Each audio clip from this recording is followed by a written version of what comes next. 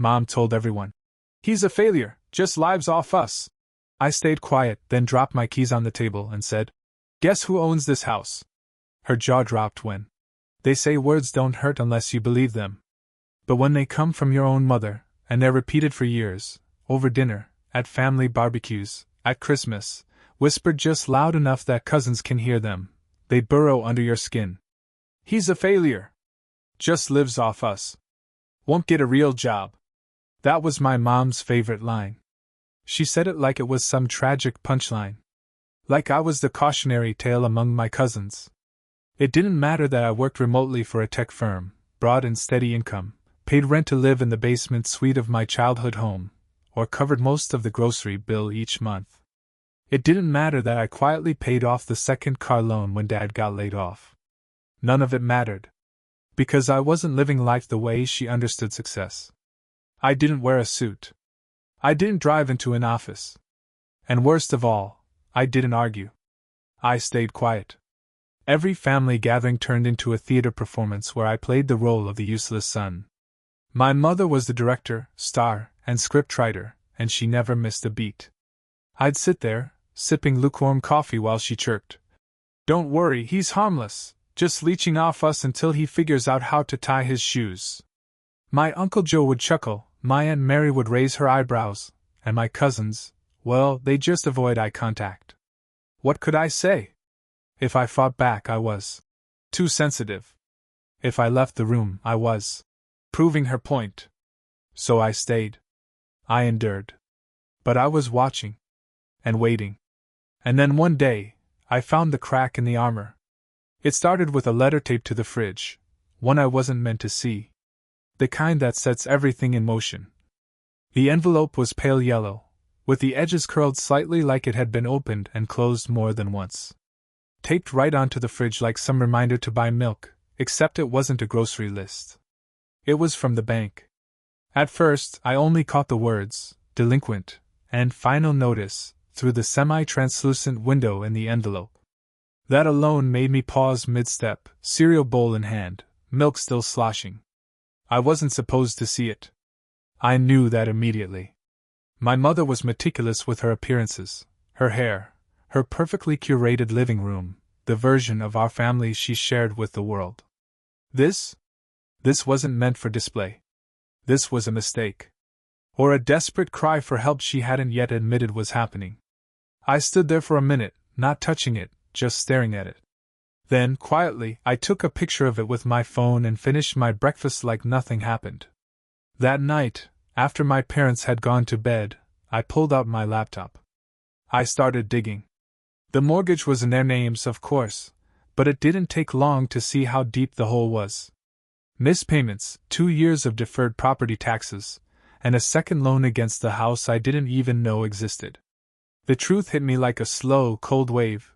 They were months from losing the house. And she was still mocking me in front of Aunt Mary like I was the burden. I didn't feel angry. Not yet. I felt something stranger. Something heavier. Opportunity. It sounds twisted, I know. But after years of being humiliated in my own home, something inside me clicked.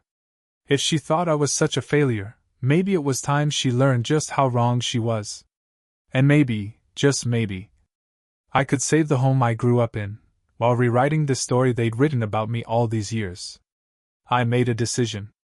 The next morning, the house smelled like burned toast and perfume, my mom's usual Sunday routine before church. She was humming to herself, probably rehearsing another version of her "He's such a burden" monologue for later that week. Meanwhile, my dad sat at the kitchen table, shuffling through mail without really reading anything. "Going out today?" my mom asked me, not really caring what the answer was. "Yeah. Got some errands to run." She nodded like it was expected. A man my age still, running errands, instead of managing departments, or whatever fantasy she thought respectable sons should be doing. I didn't say another word. Just grabbed my keys, slipped out, and headed to the bank. I'd been saving quietly for 5 years.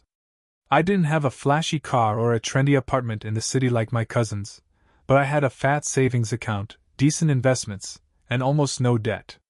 My remote job paid well, and I lived cheap. While she was out buying monogrammed napkins for Thanksgiving dinner, I was watching the stock market and stacking cash. The meeting with the loan officer was surprisingly short.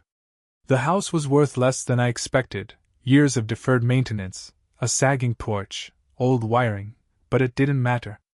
I had enough to buy it outright. No mortgage. Just a transfer of ownership, pending the seller's approval. But here's the kicker. I wasn't going to ask them to sell it to me. I contacted the bank directly. I arranged to pay off the entire defaulted amount, plus the balance remaining. They were eager. Desperate even. A few signatures, a couple of legal hoops, and just like that, I became the legal owner of the house. My house. They didn't even know it yet. And I wasn't going to tell them. Not yet. Not until the perfect moment. The next few weeks, I said nothing.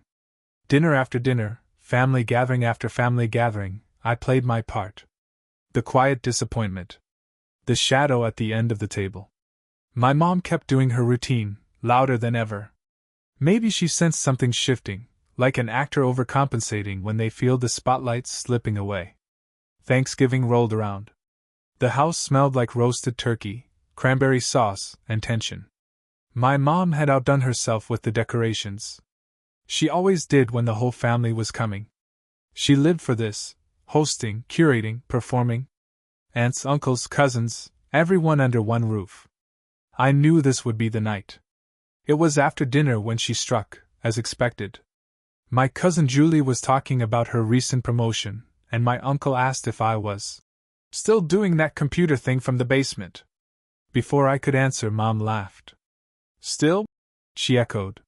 He's been doing that for 5 years. We just let him stay because, well, he's family. He doesn't pay rent or anything, but we make it work.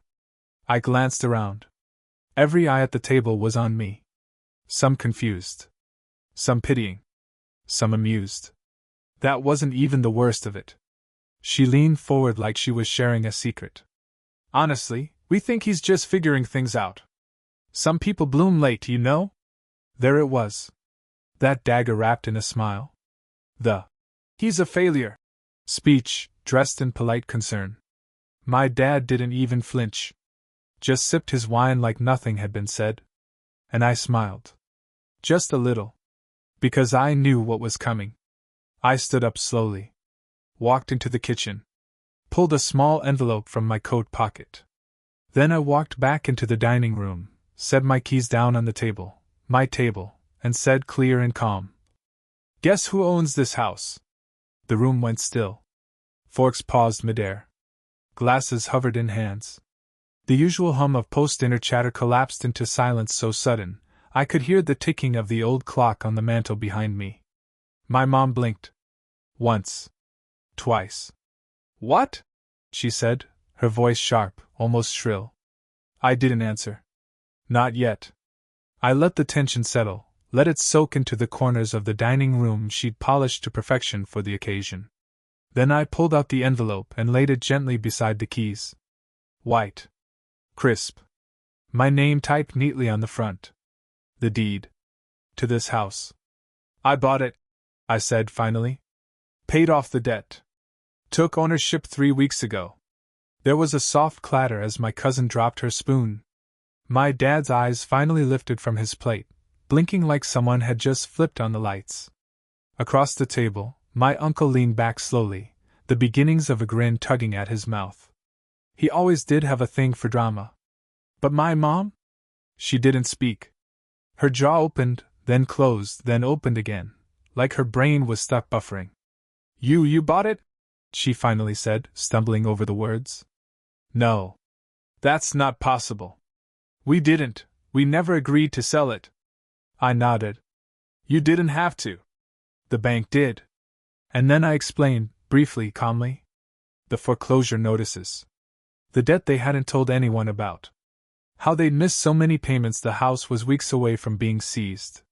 How I'd walked into the bank, check in hand, and saved it. Saved them. And bought it. In full. "You're lying," she whispered. "No," I said, reaching into the envelope.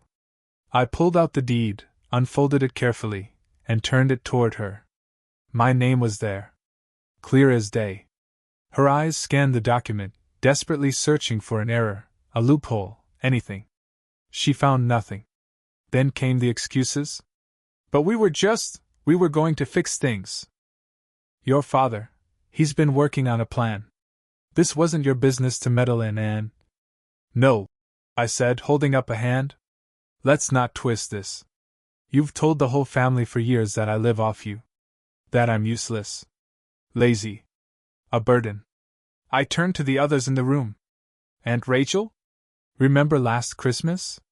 When she said I was still playing with my computer in the basement, while everyone else had real jobs.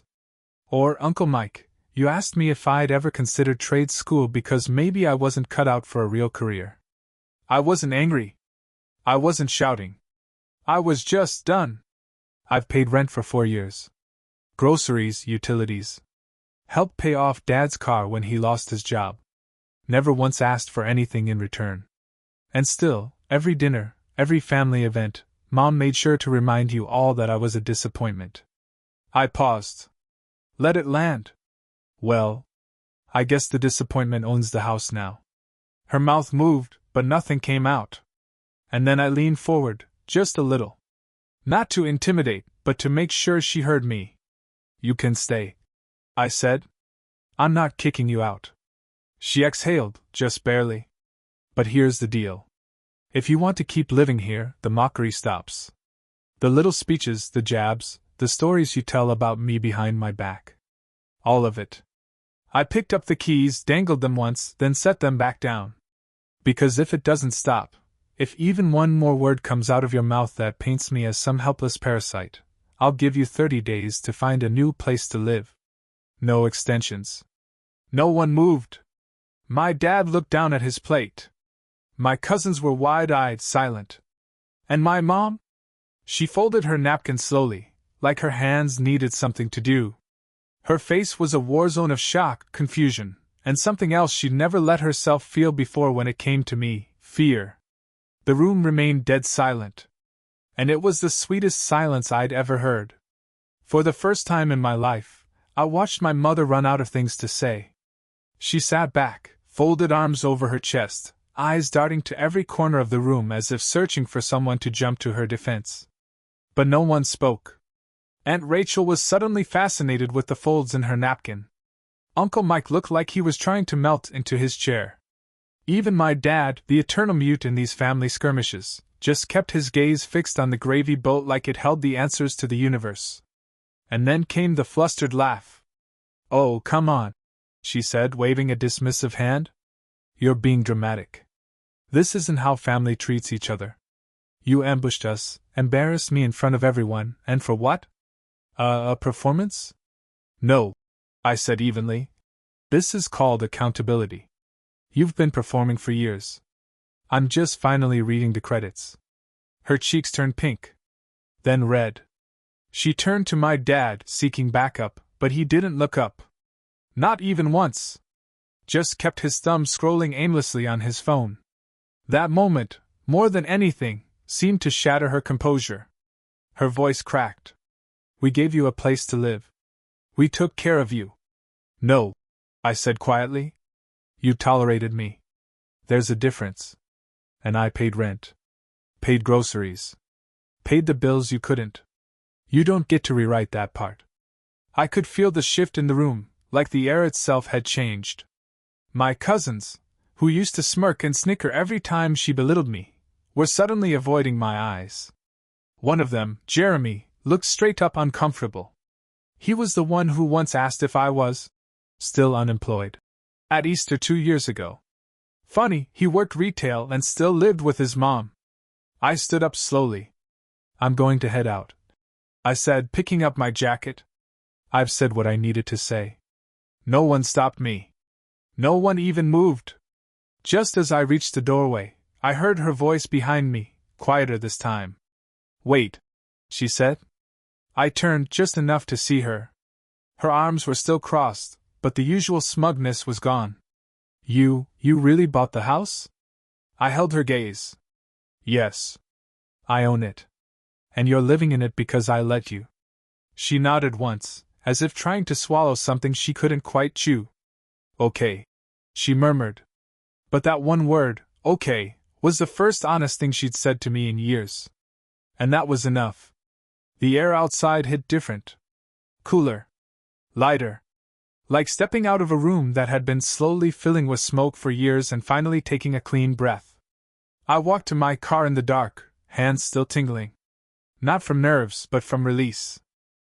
From the weight that had finally rolled off my shoulders and thudded onto that dining room floor for everyone to trip over. Let them stumble for once. That night I didn't go home. I went to a diner I used to haunt during college. A little greasy spoon off Route 19 with cracked vinyl booths and a jukebox that hadn't worked since Bush was in office.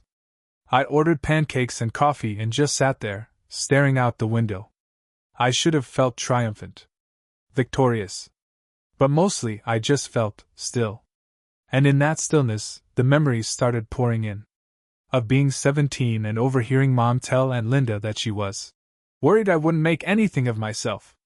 Of getting my first remote job, one that paid better than both my parents' salaries combined, and hearing her say I was just playing with computers again. Of sitting through birthdays where my achievements were treated like inconveniences and my presence like an obligation. All those years I stayed quiet. All those years I let her own the story. But not anymore. I pulled up my phone and opened my banking app. My balance was lower, sure. That house had cost me a chunk of what I'd built. But what I had now? You couldn't put a price on it. Power. Control. Not to use, not to wield, but to protect myself. For once, I wasn't under her roof. She was under mine. I didn't need revenge. I just needed truth. And now, everyone had seen it. The next morning, I came home early, before anyone else was awake. I made coffee. Toasted a bagel. Sat at the kitchen island like I owned the place, because I did. And as I stared out the window at the garden my mom used to micromanage, something occurred to me. It wasn't about proving I was successful. It was about proving I was never the failure she made me out to be. By the time the rest of the house stirred, I was already halfway through my second cup of coffee. The silence that used to feel like tension now felt like space. Like a room I'd reclaimed. My dad came down first. He didn't say anything. Just shuffled to the coffee pot, poured himself a mug, and sat across from me at the island. We didn't make eye contact. After a moment, he cleared his throat. I didn't know it was that bad, he said. I looked at him. You didn't want to. He winced, and to his credit, he didn't argue. That alone was progress. I should have said something sooner, he mumbled. You had years. He nodded slowly. Yeah. I did. That was it. No grand apology. No swelling music. Just two men who had spent a lifetime orbiting each other finally acknowledging the silence between them. Then my mother came down. She looked different. Not disheveled or apologetic, but uncertain. Like someone stepping onto a stage without her script. She opened the fridge, pulled out the orange juice, and said nothing. I watched her. She poured herself a glass, then hovered in the kitchen like a guest in her own home. Eventually, she looked at me. We're not used to this. Used to what? I asked. Her eyes flicked away. You. Having the upper hand. I leaned back, studying her. It's not about having the upper hand, I said. It's about balance. Respect. Something I've never gotten from you. She said nothing. But you're not out, I added. I don't want that. She blinked, surprised. You don't? No. But if you want to keep living here, we're changing the terms. What does that mean? It means I won't be spoken down to again. Not in this house. Not in front of our family. And I won't be the family punchline anymore. Not unless you want to find somewhere else to live. There was a long pause. Then she sat down, took a sip of juice, and said, Okay. Just like the night before. But this time, I saw it, really saw it. Not fear. Not defeat. Understanding. She finally understood that I wasn't some moody kid in the basement, biding time. I was the reason she still had a roof over her head. And more importantly, I was no longer someone she could control with guilt, silence, or condescension. I had rewritten the rules. And now, the game was over. Word got out fast. By Sunday, my cousin Julie texted me a cautious, "Hey, so, heard about what happened? You good?" My Uncle Mike sent me a thumbs up emoji. No words, just that. Classic Mike. Even Aunt Rachel, who had once suggested I try driving for a living because tech jobs aren't real, sent a sheepish, "Didn't know you had it in you." That one made me laugh. But the family's reaction wasn't what I was focused on. It was the shift. The way my mother started asking instead of assuming. The way she paused before making a comment. The way she offered to take the trash out, as if trying to understand the currency of shared space for the first time. It wasn't perfection. We weren't suddenly a sitcom family hugging it out over meatloaf. But there was effort now. And effort, after years of erosion, feels like renovation. One night, about a week after everything happened, we had dinner, just the three of us. Quiet, simple, no guests to perform for. My dad asked how work was going. My mom asked if I needed anything from the store. I almost didn't know how to answer. Then she did something that threw me. She said, "I'm sorry." Just that. No qualifiers. No. "But you know how I get." Or, "We were just trying to help you grow." Just, "I'm sorry." I didn't say anything right away. Because the kid inside me, the one who used to lie awake wondering why nothing was ever enough, wanted to scream it's too late. But the man I'd become, the one who held the deed to the house and finally his dignity, just nodded. "Thanks," I said.